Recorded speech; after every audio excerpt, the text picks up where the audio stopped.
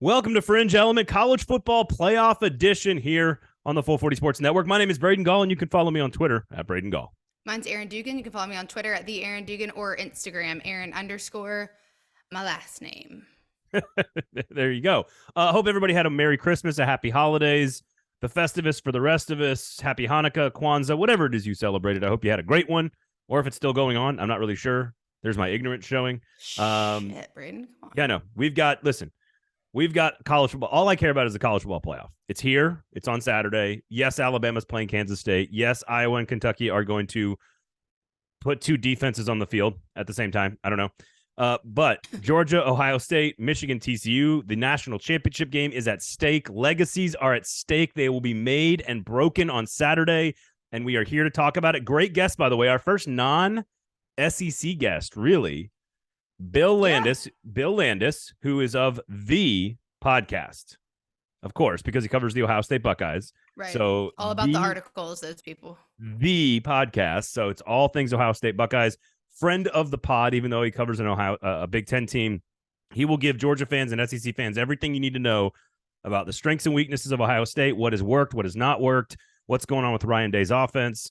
The matchup on the other side of the ball, which I think we're going to get to, is probably more decisive in this game for Georgia and their defense. So we'll talk with Bill Landis coming up at Bill Landis25 on Twitter. You can follow him there. Great friend of the pod. So we'll talk with him a lot about Ohio State and Georgia coming up in a few minutes. So make sure you check that out. Yep. You and I will give our final predictions at the end of the show after the interview. So we'll do that a little bit later on in the pod. We'll touch on some bowl games and we'll touch on Michigan TCU, but this is largely going to be about the Georgia Bulldogs coming up on Saturday, New Year's Eve. Cannot wait for New Year's Eve. I'm going to tell you what the family's doing. Can't wait for this. I was about to ask you what you were doing. Can't wait. We'll do that in just a second because Fringe Element is brought to you by J.E. Dunn, your New Year's resolution. If you want to find a new job, tell them we sent you, and this is one of the best places to work in the country. What poll is that by, Braden? What poll is that by? They were voted the best place to work by whom? Oh, top 100 healthiest place to work. Doesn't matter. Got it. Okay. Doesn't matter who it was. The greatest business bureaus of all time. I thought I was leaving out an important detail of who hosts said poll. I don't know. I believe it looked official. I don't want to put a name on it because as soon as you put a name on it, all of a sudden it literally it's polarized. No pun intended. The coaches poll, the AP poll. Of all the SIDs, all the sports information directors in America voted on the top 100 healthiest place to work. As they do. As one does. And J.E. Dunn was voted by all SIDs as the top 100 healthiest place to work. Some of that's because they make $5 billion in annual revenue. They have offices all across the Southeast. And you don't really need experience in any particular construction area. You just need to buy in to something greater than yourself. Let them buy into you. And that's how you end up winning national championships together. Just like that. Just like Not wrong. JEDunn.com. Great place to work. I didn't mean to cut you off there. Yeah, well, I'm used to it. I mean, when you have as good an ad copy as you did just then, it's a great place to work. I should not have stepped all over that. That's my fault. And I should be better. All right, Bill Landis coming up from the podcast, which I love that name, by the way. Dang, I'm kind of jealous of that podcast name. It's the podcast. How early do you think in the podcast game he had to snag that? I don't think it had to be that early because, I mean, first of all, Ohio State fans, it's the Ohio State University, even though it's technically the University of Tennessee as well, I believe. There's only a handful of them that actually have officially the article V attached to it, but the only ones in the country who official that emphasize it with as much douchiness as Ohio State fans do. Yes, I'm going to broad brush all of you. Oh, they love it. Is Ohio State. They're the ones. So with that in mind, because I do think Stetson Bennett's got a lot of arrogance to his game. Being around him at SEC Media Days, he was still pissed off. I'm going to take this. We're going to start this show talking about Stetson Bennett because he was still clearly being asked questions about chip on his shoulder and being doubted and all this stuff back in Atlanta, man, before the season started. And I just get to thinking about, I think he's going to make some plays. I think the biggest matchup concern, if I'm Ohio State, is actually on the defensive side of the ball, because I don't know who's had any answers for Georgia's offense, especially in the intermediate game. They're super creative with their tight ends and running backs. But I just, historically, think about what Stetson Bennett's story could look like with a second national championship. This is a guy who was a walk-on who was basically told to leave school. He leaves school. He goes to the junior college. He comes back. He's told he wasn't going to start. And all he is 20. Then he loses his starting job to JT Daniels. Georgia fans don't want him to be the starter. He is, I believe, 26-3 as a starter. He's won 23 of his last 24 games. The only loss was to Bryce Young in Alabama. And I think there are 2 quarterbacks that have won 2 national championships as a starter. Hold on. Tommy Frazier in the I wouldn't have gotten that one. Go ahead. Tommy Frazier in the 90s and AJ McCarron for Alabama in 2011 and 2012. Like Ken Dorsey at Miami almost did it, but they lost to Ohio State. So that's maybe that's an ominous thing to say when talking about playing Ohio State. But I just want to put into perspective that Stetson Bennett, should they finish with a ring, even if he just gets to the national championship game, because Tim Tebow has 2, but he didn't start the first one in 2006. That was Chris Leak. Like Cam Newton has just the one. Like there's a lot of great players that have a national championship. There's nobody that has 2 other than a couple of dudes in the history of the game. And I just want to start by saying, like, if Stetson Bennett finishes his career with another national championship and they have to beat Ohio State to do that, I think we need to take a minute to acknowledge that it is probably the wildest career in the history of college football. I mean, I'd be hard pressed to think of a wilder one. I could try. Go for it. I don't think so. Especially when you talk about the narrative of literally leaving, going to junior college, and the wherewithal it takes to have that much belief in yourself when you're being told from every angle, including coaching staffs of the school that you're at, that you can't do it. And that takes a different kind of human. And I know he is, in a lot of ways, up until now, is like, he doesn't have that, like, he has swag now that he's done stuff. Like he's had to have like this air of confidence in order to be able to do what he's done. But he doesn't look like, a Tim Tebow or like someone that just comes in that's just this like physically dominant specimen. It's like he is the Cinderella story of college football, and I can't think of one that is more of a Cinderella story than him. Well, and even the guys that have won all those championships, like, I mean, Tommy Frazier is one of the greatest players of all time. Tim Tebow, one of the greatest players, like physically, like to your point, physically imposing. Yeah. Danny Werfel won a bunch of SEC championships and a national title, and that was Spurrier. I mean, even Tua, like, failed to accomplish some of those goals. I know he came off the bench and won one. Jalen Hurts, who's now an MVP candidate in the NFL, couldn't get the job done one time, and he had multiple opportunities at 2 different schools. It just, I mean, I don't want. If Georgia wins another championship, there's going to be a lot of people that say, or if they beat Ohio State, there's going to be a lot of people that say, well, the defense. And that doesn't, 2 things can be true. Like Stetson Bennett can have one of the most extraordinary careers in the history of college football. And also Georgia had a great defense. It's not like Alabama's defenses were garbage when they were winning national championships, or Florida's defense was garbage when Tim Tebow was there. Or I think now technically, I guess Matt Leinart might also count at USC because he won a national title in 2004 in the BCS, but he didn't technically win the BCS in 2003. They had a split national title there, so maybe Matt Leinart technically counts as well. He's flirting with it. But he started both games, I guess. I just... You're right. You hit the nail on the head when you said it can be both. My therapist would be very proud of you. She tells me that all the time. It can be both. Would be proud of me or would be proud of you? Well, we'd be proud of you for recognizing that it can be 2 things at once. I hear you, Aaron. You have been heard. Thank you, Braden.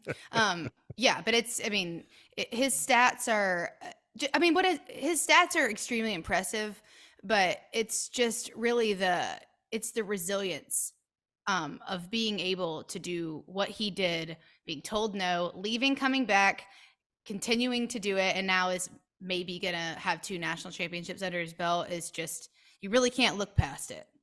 I love a story like this. I really do.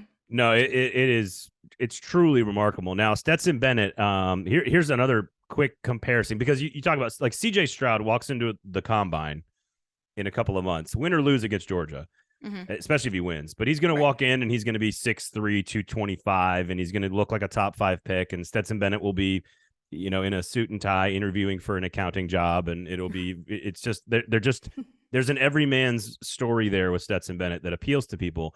Being told no, overcoming adversity appeals to people, especially when it's just sort of like natural inherent adversity. I don't really get I don't really get big into the like, oh, he was a heroin addict and now he's recovered. I'm happy for that person. But like, what about all the people that never got addicted to heroin? I appreciate the adversity when it's like forced upon you by others, right? Like it's different than self-created. Yeah. Like Cam Newton, I don't think is like some crazy adversity story. He got kicked out of Florida for stealing shit. Like, right. That's not. You're talking about self-inflicted adversity. Although let's not discredit the addicts of the world. That's a pretty hard thing to overcome. You're not doing that. Not at all. Not at all. It's amazing. I know what you're saying is that like nothing about it was imposed on him by him.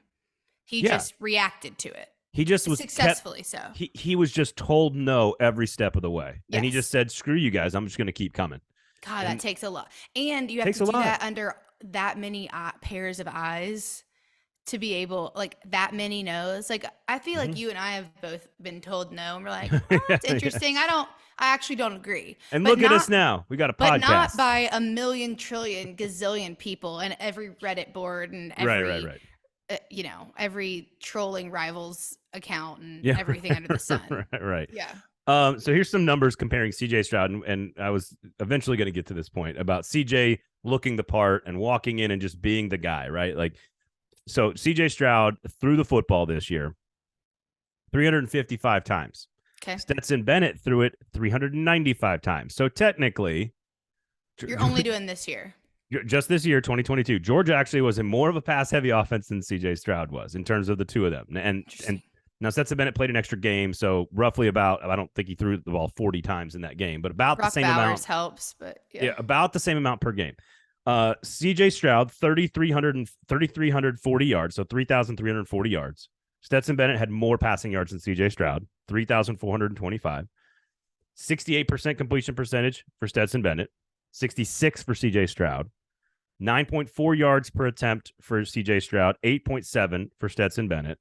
6 interceptions for both of them, even though Stetson had 40 more pass attempts. So Stetson actually technically had a better interception percentage. The only difference between the two is that touchdowns. Well, I haven't actually, and I need to look at that. I actually did not pull that up. CJ Stroud has 0 and Stetson Bennett has 7. Okay, so that actually helps out this even more. CJ had 37 passing touchdowns. Stetson Bennett had 20. Because when they get in the red zone, they are not as high a scoring team as Ohio State, and CJ Stroud runs a more pass-heavy offense. But the reason of all of this is to lay out that the big strapping 6'4" top 5 draft pick, his numbers are identical on a team with identical talent playing in the second biggest conference in college football at the biggest program in America other than like Texas. Like, there's not a statistical difference between the guy that we just explained was told no his entire life and the guy who was the preseason Heisman Trophy frontrunner and that's right. Going to be a top 5 pick and they're going to go head to head against each other. And Bill Landis is going to say this later on as part of the analysis of the matchup. Stetson Bennett is the more versatile and athletic player. He likes to run the football more, and your stat just backed that up. It's crazy. And we've been, we're obviously all high on Georgia's defense and have been for the past couple of years for a very for good reason.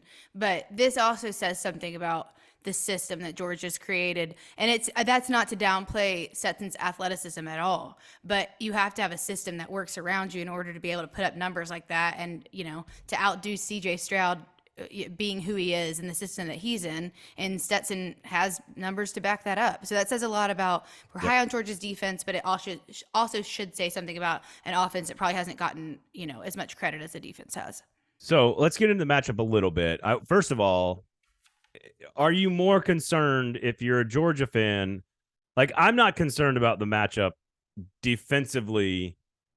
Ohio State's defense, Georgia's offense. I don't know. I can't come up with a way that Stetson Bennett, Brock Bowers, Kenny McIntosh, Ladkey, Washington, on and on down the list, that offensive line, the way they've been built, the way they've been successful this year, that they have turned the ball over a grand total of 16 times, which is not as good as the other teams in the playoff. But I don't know how, like, just from a matchup standpoint, the way Georgia's creative, the way they top 10 in the nation in yard gains of more than 20 yards, which is not like super explosive plays, but like pretty explosive plays. They will take whatever you give them. And I don't know where Ohio State wins on defense. Yeah, is but my first thought. I know where you're going after this. I think. Well, the key is, I guess, what we're saying is the only way Georgia wins is if it's a shootout. I mean, the only way Ohio State wins is if it's a shootout and it's a high-scoring game, I guess. Yeah, and it's how do you feel about that? I think they said total points. It's supposed to be like 62 and a half, somewhere around there. It's pretty high. It's pretty high. How do you feel about Georgia's offense, Ohio State's defense? I feel I have the same sentiment that you do. So I think there's enough weapons, and Stetson's proven what he can do, and they have a lot of different options, in terms of receiving core. But they're also being exposed to probably the best receivers that they have seen all year. And Georgia's secondary, if there is any weakness in Georgia's defense, I would say it was the secondary, and they're going to be matched up against some pretty explosive receivers. So you just went right to the other matchup, is what you're saying, or did no, I? I'm just, did I no, ask but the I told wrong? you I agreed with you about. I told you I agree. Are you mad because I skipped you? No. I No, but there's not a lot more to say than that. You're right. Like Georgia has a lot of different tools, a lot of weapons, and they have lots of reliability in Stetson Bennett. And yes, they have turned the ball over some. So that will, especially in these very high pressure games with a lot on the line, the turnover margin is almost always correlated. Yeah. When you get to the, like, not necessarily in the regular season, because you could be, playing God knows who, and the matchup's not even, but you get down to the top 4 to 6 teams in the country, the turnover margin has a lot to do with the win-loss at the end of the day. So I just had a couple of stats I want to throw out before we switch to the real matchup, which is the Ohio State offense and the Georgia defense. Well, Braden, you know what? You should have told me that before. We didn't get to talk before. I wanted to surprise you, Okay, well, you can surprise me another way. How about this? Number one in America in red zone trips allowed on defense, meaning hold on, wait, let me process that. Number one in America in red zone trips allowed on fewest. So the fewest allowed trips into the red zone on defense, meaning you never get close to the end zone. Yeah. Ohio State, number one in America, 23 times. Only 23 times have they allowed anybody to get into the red zone. Now, Michigan scored like 4 times from like midfield. So like they had like 4 or 5 huge, massive, like 50+ yard touchdowns. So that's tweaked there a little bit. But the point is that Ohio State good against the run, and they did not allow people to drive the length of the field and finish drives in the red zone. That's a piece that you could pay attention to if you're a Georgia fan. That's all. For sure. Just throwing that stat out there.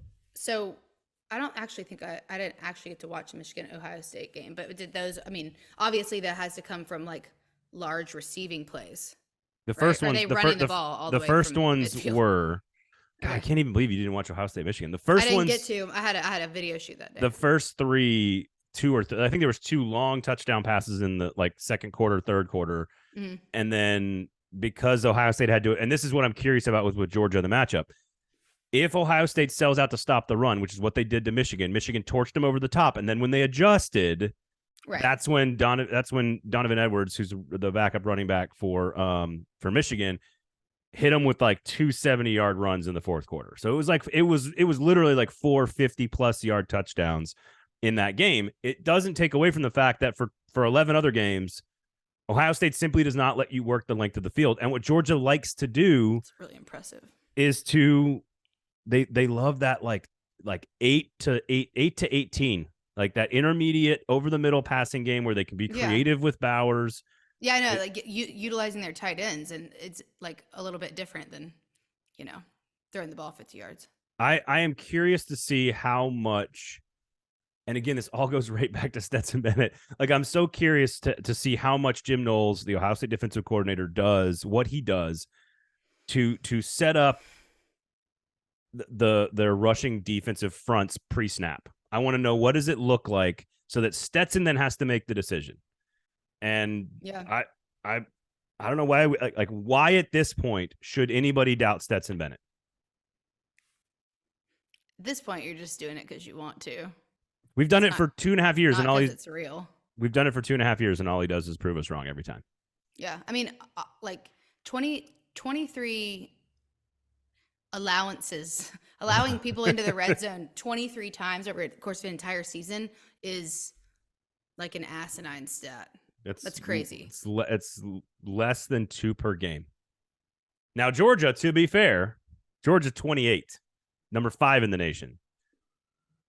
Another good defense, Georgia. but we've been talking about just the impeccable nature of Georgia's defense for a couple of years now. So it's less surprising. Right. It's surprising that Ohio State has them in that stat by 5. At 23 is absurd because Georgia last year, it was like, in fact, if you give me a second here, I could probably pull it up. But Georgia last year, I don't know why I'm obsessed with that number. I really love tracking like red zone trips for the opponent because I do feel like that's a really good number. Like how many times are teams getting the football into scoring territory? Because it's also a predictor of like people having to do like there's more risk when you can't get into the red zone or you can't, run the ball into the end zone or you can't make those short kind of passes to your tight ends like we're talking about. You have to like play a lot gutsier, which leaves a lot more room for turnovers, and you just have to play riskier football. I mean, it is a very telling stat. I don't think people talk about it that much, but you have to play a completely different game when you can't get that close to the end zone. Georgia gave up 32 last year, but that was in 15 games. They've given up 28 this year through 13 games. So 2 more potential games coming for Georgia potentially here. Normal, like what leads the nation each year? Give me like the number 50, like whoever's in 15, the 15 spot. Like how many do they have this year in 2022?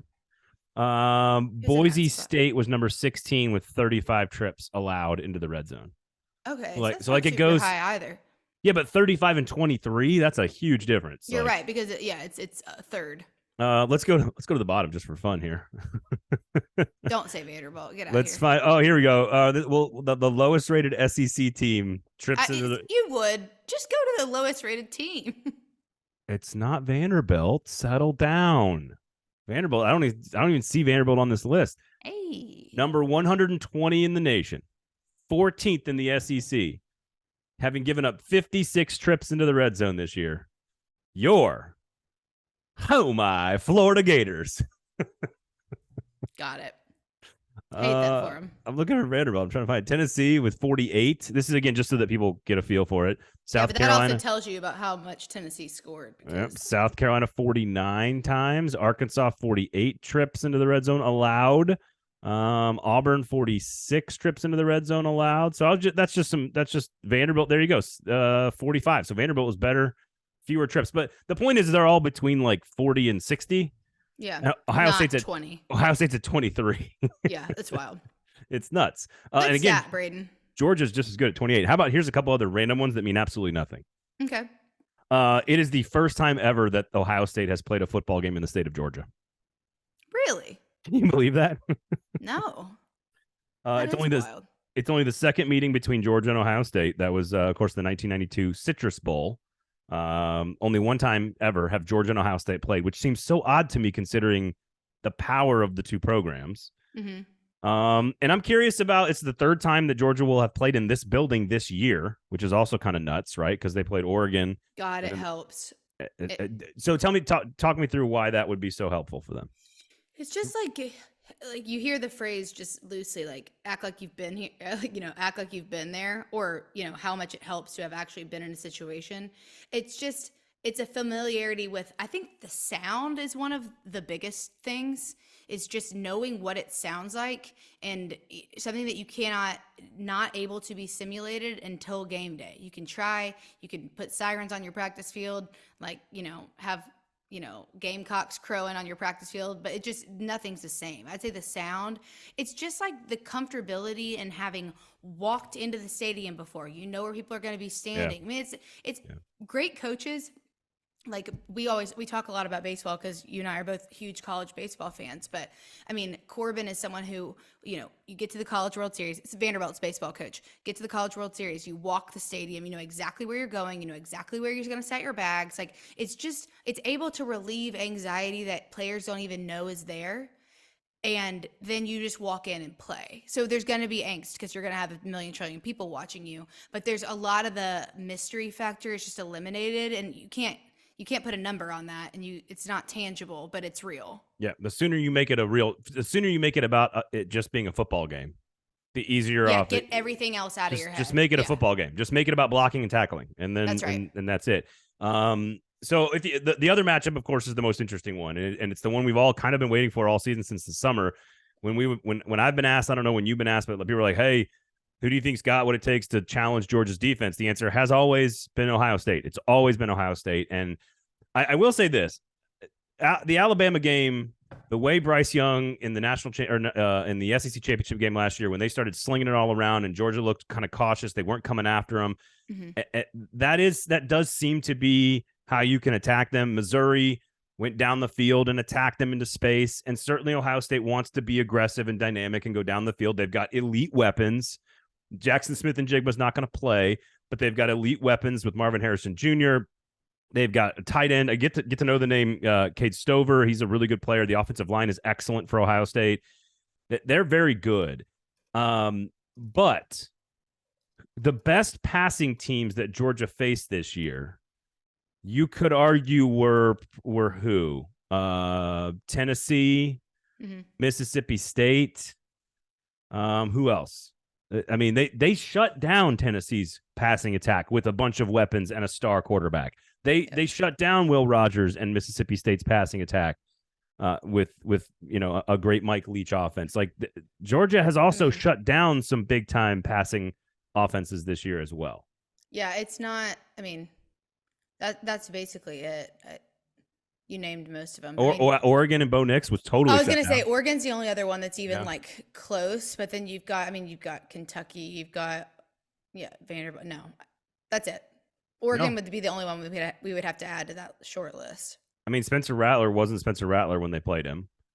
True. So I think Ohio State is uniquely qualified to attack their defense down the field. The question is, can they win one-on-one point of attack?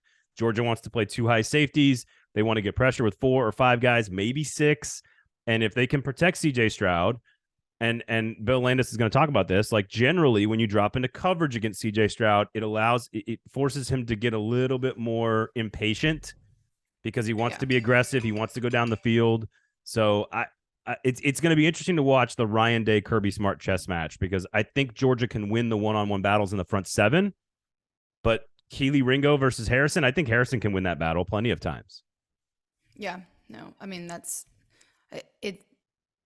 You bring, I mean, that in particular, like being able to put pressure on him just to make him make a decision that's slightly more impulsive than he would normally have to is, kind of the approach. But will they be able to do that? I don't know. I mean, this is exactly the matchup Georgia didn't want. And, you made that point. I think a lot of people know that it's kind of fact that Georgia would rather have had somebody else in game 1. But if Georgia can get through game 1, I think it'll be over. Well, see, that might be a hot take because I just think the momentum will be there. And I'm not saying that for like good reason that TCU or Michigan. I mean, I obviously think Michigan would be, a more challenging matchup for Georgia than TCU would. But I think that Georgia, for all the reasons we named and having just been here, it's a repeat situation. If they can get through this Ohio State game, which I do think is going to be extremely challenging, I think the odds of them taking it all are pretty good. I do think that Georgia has a clear advantage when they are on offense. Actually, I think when Georgia's on offense, they've got a clear advantage. That front 7 for Ohio State's good. Harrison and Eckenberg, and like they've got a lot of dudes on that front 7. But I think Georgia actually, when they get them moving side to side and they get you out in space, I think Georgia's got a lot more stuff bags. They got a lot more tricks in their bag than I think people realize. On the other side, for Ohio State to even have a chance, they have to play even football on offense with Georgia's defense. And no one has been able to play even with Georgia's defense for 3 years now. Yeah. Alabama one time, right? Mm-hmm. Alabama once last year, and that's it, and that's about it. So, how about this? We'll give you our final picks and our final predictions and our scores and our picks against the spread, and we'll break down the Michigan TCU game. How about we do all that after we listen to Bill? What do you think? That sounds good. All right. So before we get to Bill, Fringe Element is brought to you by J.E. Dunn. You can do it this time? J.E. Dunn. J.E. Dunn, the 2-time national champion of construction in this.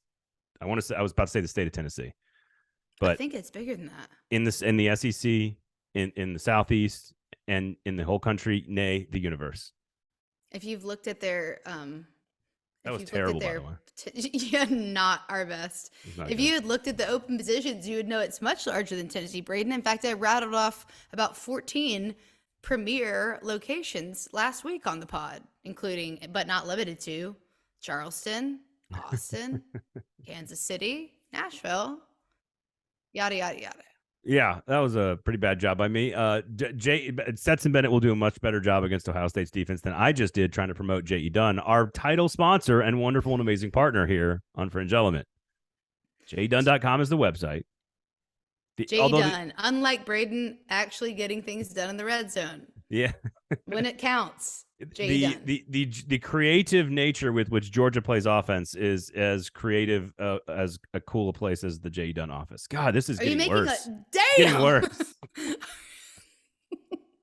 Was that a transient property moment? You're like, get me out of this. J.E. Dunn is to the workforce what you tried to do, like a if this then that. Oh no, statement. I was thinking about how awesome the offices are at J.E. Dunn and how awesome and creative the offense is for Georgia. And I think it was the words didn't come out correctly. Offense. That's what it got you. Offices and offense just messed you up. Yeah, but I hear you. I was the quarterback. I was the quarterback who's the backup who gets put in for just a couple of packages each game, trying to run a zone read, and I fumbled the ball on the ground. Like that's what that was. Well, I was the Justin Fields to your Jake Fromm. That's what this was. That is a good comparison. just tell me to stay in college football world and I'm fine. Just throw it. Just toss it to Bill. Please, for the love of God, go to JEDunn.com. It's an amazing freaking company to work for. You will not be disappointed. It's a great place. JEDunn.com. For the love of God, here is the podcast host, Bill Landis, talking Ohio State. Mercifully. Bill, welcome to the show, man. Great to see you. How are you, sir? Doing very well. How are you? Man, playoff football is here in the college world, and I'm ready for it. And we're going to dive into the games. We'll talk about Ryan Day and the future and everything. But really, I'm going to focus on the matchup between Georgia and Ohio State because let's be very clear. Like for most of the season, even maybe the preseason, the thing we all kind of wanted to see was Ohio State's offense and Georgia's defense. It's not showing up in exactly the way we thought, but it is still here. Do you think Ohio State's talent is? Are they the only team in America from a talent perspective that can match up with Georgia's defense player for player? Yeah, probably. I mean, if you look at the recruiting rankings, that you throw Alabama in there too, but Ohio State has better receivers than Alabama, and it's probably while different at quarterback, I would say probably just as good or close to as good as Alabama at quarterback. So if you were to design a team that you think to yourself like, okay, how do we beat Georgia? And it's not to say that Ohio State is guaranteed to beat Georgia, but I think it would look a lot like what Ohio State does well. The teams that I think have found success against Georgia this year, the few that have, and the little bit that it has happened, have been teams that can throw the ball in a dynamic and explosive way. And that is what Ohio State does. It's what Ohio State has done really ever since Ryan Day has taken over as head coach. Well, so that brings two questions up. One is how healthy are all the pieces around CJ Stroud? Because that was sort of an on-off issue that they dealt with throughout the course of the season. So I'll let you answer that one first. But the follow-up is then, of course, what are the things that slowed them down, whether it's Notre Dame, whether it's the weather against Northwestern, whether it was Iowa. I mean, certainly Michigan, how the game played out was a part of that, game control. So start with health, and then what worked against them this season? Yeah, from a health standpoint, I think they're pretty good. Obviously, they don't have Jackson Smith-Njigba, but they have not had him for the entire year, which I think might explain the latter part that we'll get to in a second. But with the guys that they've had for most the majority of the season, Marvin Harrison Jr., he's fine. Emeka Egbuka, I think, was dealing with some like bumps and bruises here or there that might have hindered him at times throughout the year, but I think he's feeling healthy. The offensive line should be in decent shape. There's one questionable guy there, the right guard, Matthew Jones, who got hurt against Maryland, did not play against Michigan, but it sounds like he's been practicing and should be good to go against Georgia. Tight ends are healthy. Running back will be missing Travion Henderson, but as long as they have Mayan Williams available, and they should, I think they'll be okay there. And obviously CJ Stroud has been fine from a health standpoint for the majority of the season. So it's not the Ohio State offense I think that everyone envisioned coming into this year, because Jackson was such a big part of that. But it is by and large the offense that Ohio State has had for this entire season, which is to say still a pretty good one. Now, what got them in trouble at times this year? I think there were, if you look at the Notre Dame game, they came into that game with a bunch of stuff for Jackson and lost him almost immediately, and kind of had to find their way through the wilderness without him in that game.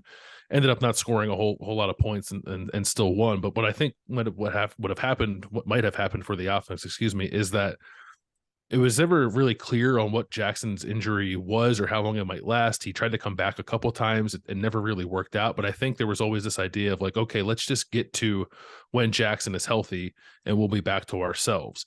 And I think that might have held the offense back just a little bit, not a ton. I mean, they knew there were going to be weeks in there where they weren't going to have him, but I think there was always this eye on the future where like, okay, once we get him back, we're going to be ourselves. And that never really came to fruition for the offense. And therefore I don't know if they ever truly deviated from what they had hoped to be coming into the season, and were just trying to kind of patch things together a little bit along the way with hopes that they would get him back. So that was a big part of it. Running back health was a part of it. Mayan Williams missed a handful of games. Travion Henderson missed a handful of games. The offensive line was pretty consistent, but if you include Jackson and you include the running backs, there were injuries at key positions that I think just never really allowed the offense to be whole, or at least move on from it in a way where they could kind of tailor the plan around who they actually did have available. And that got them into some binds sometimes. But then, they just didn't play very well against Michigan. Like they just didn't execute in that game. The plan was probably fine, but they had like too many drops, too many missed assignments. So it's been a mixed bag, I think, of things. There's not really one thing that has kept Ohio State's offense in check when that has happened, a little bit that it has. And Ryan Day would probably tell you that it mostly comes back to them executing and sort of playing their brand of football, which when they're firing on all cylinders is something to behold. No, there's no question, especially if you're going to go man-to-man, which we know Kirby Smart and Georgia, they like to do. Is it safe to say, and maybe this is oversimplifying it because it just felt like it was the Notre Dame game maybe, but if you're dropping a bunch of dudes and you're letting him face a bunch of zone complicated coverages where they're disguising stuff, like as soon as Notre Dame went to man coverage and started blitzing him, that's when he opened up the game in the fourth quarter. Is it that simple that if Georgia's got 3 defensive coordinators basically, like are they, and they're all going to be on the field? Is it as simple as winning one-on-one battles, whether it's Harrison versus Ringo, whether it's Jalen Carter versus a double team? Like, is it just as simple as beat your man, or is there a scheme that you think is really effective at slowing down CJ Stroud? I think CJ I even hesitate to call it a problem because he's so good, but when he does encounter issues, it's when teams, I think, do drop into zone, kind of cloud that picture for him, because he still wants to throw the ball down the field. And I think that the one criticism that people have levied against him this year, whether that's Ohio State fans or people who talk about him for the next level in the NFL draft, is there's a little bit of a lack of playmaking when things start to get out of structure a little bit. And I'm actually working on something right now about that. And there's plenty of Ohio State fans and people who follow them on Twitter who will tweet screenshots every week of, look at this 8-yard patch of grass that CJ could have ran into to keep the drive on schedule. And instead he forced the ball into double coverage down the field because he trusts his arm and his receivers that much to try to make those plays. So I don't know if it's one scheme per se, but I do think CJ and Ryan Day at times have a tendency to be a bit impatient and will try to force the issue and not necessarily take what defenses are giving them, which is oftentimes like that underneath stuff that Ohio State just doesn't have much interest in. So I think they do need to have interest in it in this game. I do think CJ needs to be a little bit more of a playmaker in this game than he has been in the past. But if you're going to line up a man-to-man coverage, and I know Georgia's DBs are really good, I'll take Marvin Harrison probably 10 times out of 10 against anybody in man coverage. And Emeka Ibuka is pretty good in his own right. But if you can kind of test CJ's willingness to want to extend plays or use his feet a little bit to kind of as a weapon, then I think you can find some success against Ohio State's offense. Would you classify throwing the ball on like 3rd and 2 inside the 10-yard line against Maryland as a frustrating moment in time for Ohio State fans? Yeah, that's been like one of the common themes this year is not trusting the run game. And listen, like there's been points in this year where they've not really done much to earn that trust. Short yardage running in particular has not been very good for Ohio State this year. But I think part of that is it was such a talking point coming out of last year when they lost to Michigan, and Michigan like ran the ball down their throats and everyone said Ohio State was soft and couldn't match a physical team. Well, Ryan Day said, well, watch us come out and play with 3 tight ends and we're going to line up and play power football too. And it just doesn't suit their personnel. So I think that the best they've looked running the ball is when they play with 3 receivers and they spread it out and they do more like shotgun running stuff. And they had some success doing that against Michigan. They probably could have stuck with it more than they did, but then that game kind of got away from them. But the short yardage rushing, both the execution of it and then Ryan Day's sort of eroding trust in it when you think he should use it have been 2 major issues for them this year. So here, I guess this is a really hard question to answer, and this is why we have you on here, because it feels like if you're the head coach at Ohio State, you are judged against Michigan and in national championship situations. Like that's it. You're not judged against Northwestern. You're not judged against Wisconsin. You're judged against Michigan and winning the national championship. And they get to the national title with Ryan Day, of course, and the guy's only lost like twice, literally in conference. So it's not like I think the conversation around Ryan Day is a little ahead of schedule here. But that being said, they weren't competitive against Alabama in 2020. They haven't been competitive in back-to-back games against Michigan. This is now a game in which, conventional wisdom has Georgia winning, but I think it's going to be a much better game than people think. I guess my question is, where has Ryan Day made the difference? Because you already alluded to they like spreading it out. They're comfortable in that situation. Missouri did this to Georgia. Alabama did it to Georgia last year in the SEC title game. When you go down the field and you make them play in space, that's where Georgia gets a little bit, you can take away all that strength in the front 7 away from them to some degree. What is it that Ryan Day brings that is just Ryan Day that makes does that make sense? Yeah. Like what? Yeah. Like CJ Stroud's great, Harrison's great. We know all these pieces. What is it that Ryan Day is doing that makes the difference in a potential win for Ohio State against Georgia? Well, he like bigger picture, he's revolutionized their passing attack in a major way. Like, and everyone talks about how Ohio State like never had NFL quarterbacks, and I know maybe that jury's still out on some of the guys that Ryan Day has put into the league, but Ohio State all of a sudden went from having no draft success with quarterbacks whatsoever to speak of to now having like every guy that comes out of here is a 1st-round pick, and that's going to continue for Ryan Day. So like he's drastically improved the passing from the quarterback position, and then this passing offense in general, he sort of brought that more into the modern era because Ohio State and Urban Meyer's passing game was not particularly sophisticated. But in the biggest games under Ryan Day, that's not really translated. If you were to run through all of his biggest games, like starting in 2019, like they played pretty well in the semifinal against Clemson, kind of shot themselves in the foot a little bit in that game. But I think you can make the argument that they played better for the entirety of the game that Clemson did. They just lost. 2020, they really put it on Clemson. That was Ryan Day's best coaching performance to date, and that was fueled by the motivation of losing the year before, feeling like they had let something slip away, and like he had been seething to get a shot at Brett Venables again, and when he got it, he didn't miss. And that was the best game I think they've played under him to date. But then it just didn't carry over to that game against Alabama, like you said.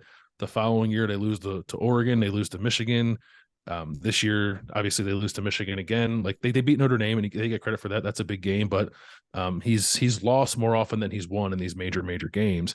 And I don't know why that is. I think over time, I think there's a sense that maybe he's kind of lost the feel a little bit as a play caller, or I more think it's more along the lines of there's so much on a head coach's plate in college football now that it's hard to be the play caller and dedicate the time that's necessary to make sure you have the right plan and you're seeing the right things going on in the game. It's why people always kind of bring it up with Ryan Day. Is like, I think the last head coach to win a national title as the primary offensive play caller was Jimbo Fisher. Just as it doesn't happen very often. So that seems to be going swimmingly in Texas. Yeah. I don't think that's the guy you want to be compared to at the moment. So there's a lot there, but I think that Ryan Day, there's been a tangible impact on Ohio State's offense and the way that they operate and throw the football specifically. But it's not shown up when they've kind of needed it the most. And like, it has to show up in this game. That is how you beat Georgia. If it does not show up against Georgia, then I don't think Ohio State has any shot at winning this game. I think that's where I wanted to kind of take this, is the other side of the ball, because for us to even have a conversation about this being a close game, you have to sort of assume that it's a wash when Ohio State's got the ball and Georgia's on defense, that it's evenly matched somehow through 60 minutes, that they kind of both win matchups, on and off throughout the whole course of the game. I think the real, if you assume that, then it's a good game. But on the other side, you talked about CJ Stroud not taking advantage of sort of the space. Well, Georgia has been incredibly creative. Stetson Bennett loves running the football when the play breaks down. He's way more athletic than people think. They're going to run 2-3 tight end sets. They got multiple backs. Like, they do a bunch of weird stuff. Yep. How has this, because and the Ohio State defense was the issue 2 years ago. It still was an issue against Michigan. They had receivers running wide open. The run fits were good for most of that game, but then it kind of broke down in the second half. Are we, assuming the offense can score and can play evenly with Georgia's defense, where are we concerned on Ohio State's defensive side of the ball against Georgia's offense? Mostly when it comes to big plays, I think that's sort of been the MO for Ohio State's defense this year. They've been pretty good against the run, and I guess like the overall numbers against Michigan probably don't reflect that, but that was like 2 really long runs at the end of the game. Otherwise, I thought they did a pretty good job of keeping that rushing attack in check. Now it all counts, right? They gave up those big runs, that counts against their ledger as well. But I do think this is a pretty good run defense. The problem at times is they have to divert so many resources to make sure that they're a good running defense that they leave themselves vulnerable on the back end, which is where you saw Michigan hit a lot of those big pass plays on November 26th when they beat Ohio State. And Georgia certainly is capable of doing that. I think most of Stetson Bennett's passing attempts come off of play action, so they probably welcome that. So that's what scares me in this matchup a little bit for Ohio State, is their safety play has been pretty good at times, certainly bad at others, and the Michigan game is the best example of that. Their corner play has been very inconsistent, and there's just not really a long list of difference makers on the back end of the defense that I think you can trust to kind of hold up in one-on-one situations, especially when they're trying to contend with guys like Brock Bowers and Darnell Washington. Like, they're just freaks. I don't know how you do that. I don't think anybody can do that. So it's a kind of a pick your poison, I think, for Jim Knowles. Like, does he? Now, Georgia doesn't run the ball quite the same way as Michigan does, but they are effective. But does he want to divert resources to that the same way he did against Michigan and leave his guys on islands, or does he want to maybe play back a little bit and try to keep everything in front of them and hope they can tackle well enough to keep Georgia out of the end zone? I'm not sure, but I think the fact that you have to choose one or the other, and Georgia seems more than capable of beating you the opposite of whichever way you choose, I think spells problems for Ohio State's defense, which is why, I've thought really since this matchup came out that this is probably going to be a shootout with both teams approaching 40 points. Most of that, I think, is on Ohio State's offense and how they can perform, because I don't really doubt that Georgia's going to be able to perform against Ohio State's defense. Yeah, Georgia's good is what we're getting at. Yeah, here. They're really good. Yeah. Georgia's really good. Just real quickly, I think I'm here in Nashville. Mike Vrabel, there's lots of talk about him in Ohio State. I don't think he's getting fired anytime soon. I think it's way early for Ryan Day to even have these conversations. But like I already said, when you're the head coach at Ohio State, these are the games you are measured by. This is your job at Ohio State, is to win these games.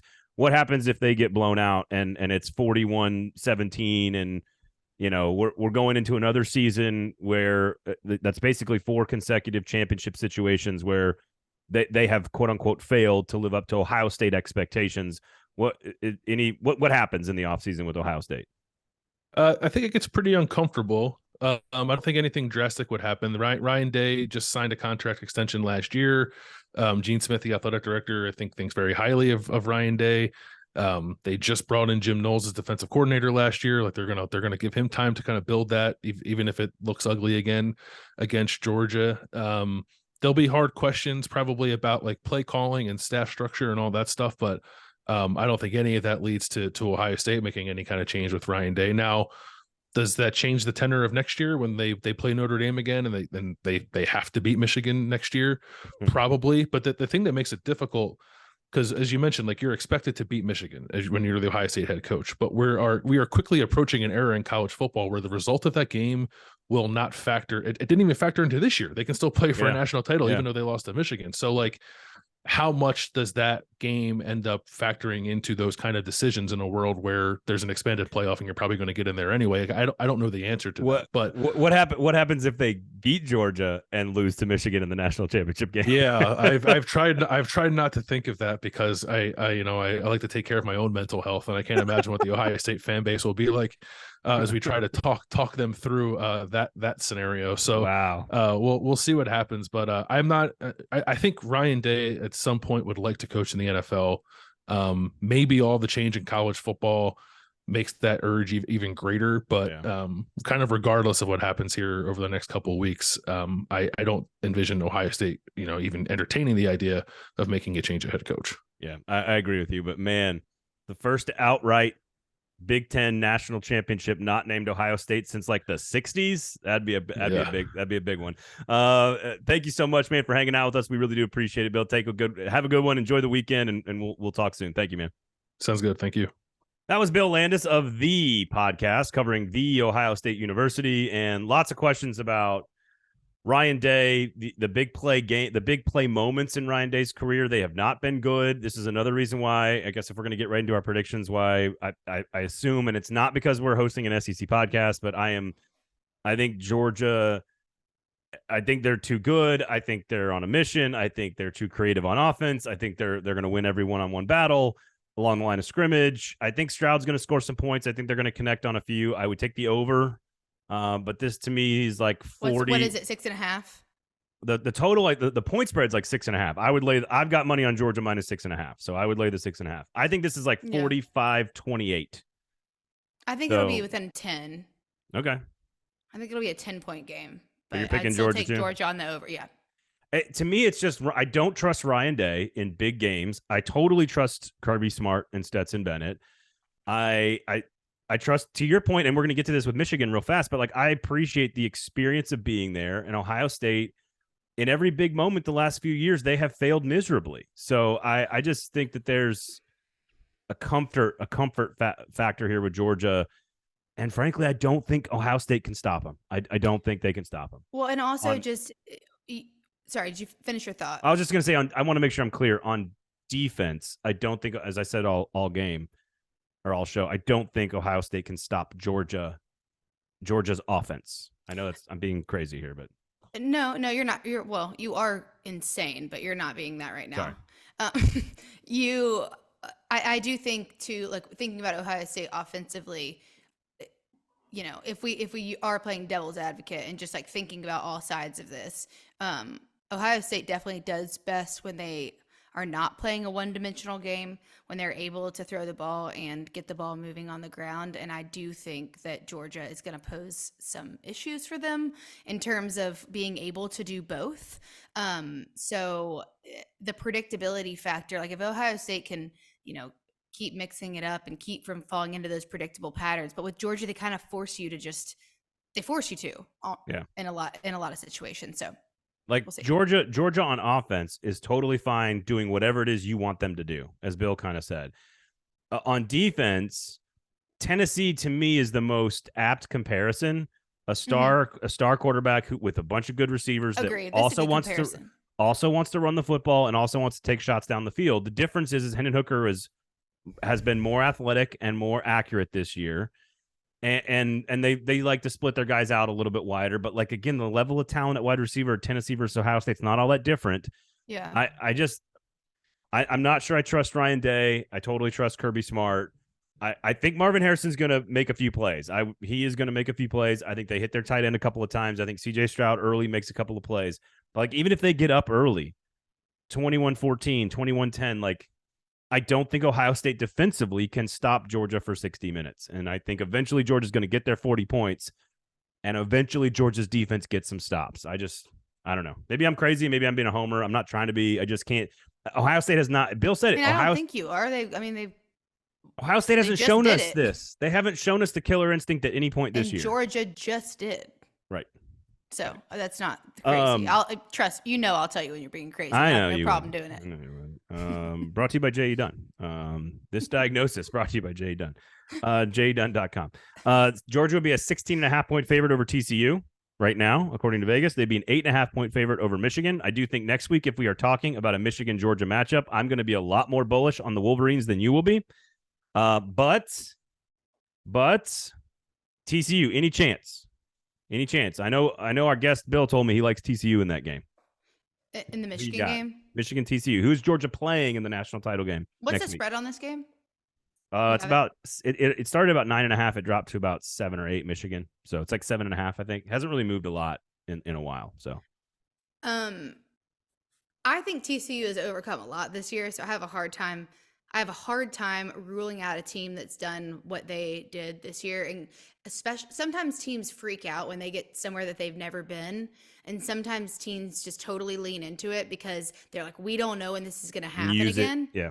Yeah. And so it's extremely hard to predict. And, I do operate on intangibles a lot, although I'll follow, you have to pay attention to stats because that's kind of what it is. It's a numbers game, but there are a lot of factors that go into it that are not just numerically based. I will say what concerns me about TCU is being exact opposite of Ohio State, who's not even letting teams into the red zone. Yeah, TCU is doing that. Yeah. And they're also letting opponents score almost 85% of the time they do get to the red zone. And that's pretty high. So I think with a team that's as strong as Michigan, and there's only 7 times, I think it's 7 times this year that TCU had a team get to the red zone, they didn't score, which I know, Wow. It's not a great stat. So when you're up against an opponent like Michigan, and you can't keep things from, you can't let teams close that much and score that much in that position. So I think if they can keep them out of that position, maybe they've got a shot, but that's the number one thing that I think kind of concerns me for TCU. I saw some interesting numbers. I thought this was interesting. Michigan, number 2 in the nation, only 7 turnovers the entire season, 7 giveaways. Damn. They do not turn the ball over. TCU only 10 turnovers the entire season. Ohio State only 10, also important to worth noting. So, but not one of these teams is ranked in the top. So TCU's 49th in takeaways. So none of these teams turn the ball over, to be expected, but none of these teams take the ball away, which I thought was a little unusual. They're not creating chaos and taking it away, but they are holding on. Better hold on to it than force somebody to give it up. I was surprised by those numbers that not one of these teams is ranked in the top 50 basically in takeaways, which means they're not creating a lot of havoc plays. But that means it's going to be very clean football. That's what I was about to say. It's because it's so clean. If it's clean football, it's working, clearly. So here's what I would say, because TCU likes to, I love this phrase, TCU's played with its food all year. Like it's like a baby that plays with its food all the time. Now, somehow they figure out how to finish the meal somehow, some way. Not in the Big 12 championship game, but every other time. And so if you're going to play with your food a lot and not get a lot of takeaways, you're talking about intangibles. I think if I was gambling, I would take TCU in the points. But I think there is a different vibe around this Michigan team this year. They went into last year saying, oh, I can't believe we beat Ohio State. We're grateful to be here. And they got smoked by Georgia, who, by the way, Georgia, much better team in the trenches last year on defense than maybe this year's team. Michigan might actually be better in the trenches this year than they were last year on offense in particular. So to me, this is like, we've been here, we've done this. This is unfinished business for us. We're looking at the big prize. We're no longer happy to be here the way you are, TCU. We are angry that we're still here. Yeah. Like, I think the intangibles favor Michigan in a big way. I think Michigan's going to play. If I was gambling, I would take TCU. I'm not betting on this game. I'm betting on Georgia. You take TCU to cover? Probably, but this time, if I was gambling, I'm not touching this. Right? I'm not touching the game. But this episode next week, when we sit down to talk Georgia, Michigan, should those two advance, you're not going to like what I have to say, Georgia fans. Michigan is on some sort of like weird. I can't tell you. Sometimes you just get these weird feelings, and I got the weird vibes right now that Michigan is going to play extremely well 2 straight games. I can't go. We'll see. I can't go that far, but I can go far enough to say I would be shocked if we were sitting here and we weren't talking about Michigan and Georgia next week. That part is true. If we're talking about TCU Ohio State, cool. I will say this: if we're talking about Ohio State Michigan, everyone listening to this show will hate it, but you're all gonna watch. Yeah. You don't like Duke, North Carolina in the Final Four, and then the ratings are huge. So yeah, Michigan, Ohio State in the national championship game would be monstrous. I mean, if you're listening to like a weekly SEC football podcast, you have a problem, as do we. No. Go to jedunn.com. A good could have way worse problems, but are committed. What's that say? Got to coach better, got to play better. That's the shirt. That's the shirt I'm wearing. You keep coming up with these random ass phrases. Gotta coach better, gotta play better. Future Ohio State head coach Mike Vrabel saying, gotta coach better, gotta play better. Jeez. I need some phrase tees. All right. We both got Georgia. I got Michigan. You got Michigan? You have to. It's so boring. I wish I could pick someone else, but no. You all go to jedunn.com. Top 100 healthiest place to work in America. Please tell them we sent you and enjoy it. Have a great weekend. You got Kentucky, you got Bama, you got Tennessee and Clemson all playing in games that don't really mean anything, but I hope your favorite team wins. And have a great New Year. Happy New Year. Oh, yeah. You want my New Year's thing here real fast? What is it? It depends. Okay, just do it. We're having a party with kids. Kids allowed. Okay. They're not going to stay up late, but it's again, tell everyone listening for the 19,000th time, Braden's having a gathering and I'm not invited. So just you don't have kids out there. You have to have kids. You're not even in the city right now. I'm not today. Dude, you're not going to. No one without kids is going to want to be at this party. What do y'all do with your friends that don't have kids? You just don't invite them? I don't have any. Wow. I don't know anybody that doesn't have kids. God, no one can break the mold. All this is what happens when you turn 40. This is what happens. Pajamas and jewelry. That's our New Year's Eve party. What does it mean? So it means no belt loop. My rule, because my wife got the jewelry half of the party. She got to pick the jewelry half. She's like, I want accessories and sparklies. And I was like, okay, fine. Because my girls will love that. All the girls will love that. Kids, like the kiddos will love that. My rule was, all right, then I'm wearing comfortable freaking clothing. It better have no belt loops allowed unless it's a robe. That's it. So okay. it's pajamas and jewelries, no belt loops allowed. Yep, sweatpants, hoodies, champagne, and sparkles. There we go. Go Dogs. Everyone will love that. Everyone that got invited, that is. Go Dogs. You're too fancy. You wear like fancy things and go to fancy places and hang out with fancy people, talk about fancy topics, and you're so fancy. Let's wrap it up. jedunn.com, everybody. Thanks for listening to Fringe Element. Happy New Year. Happy New Year.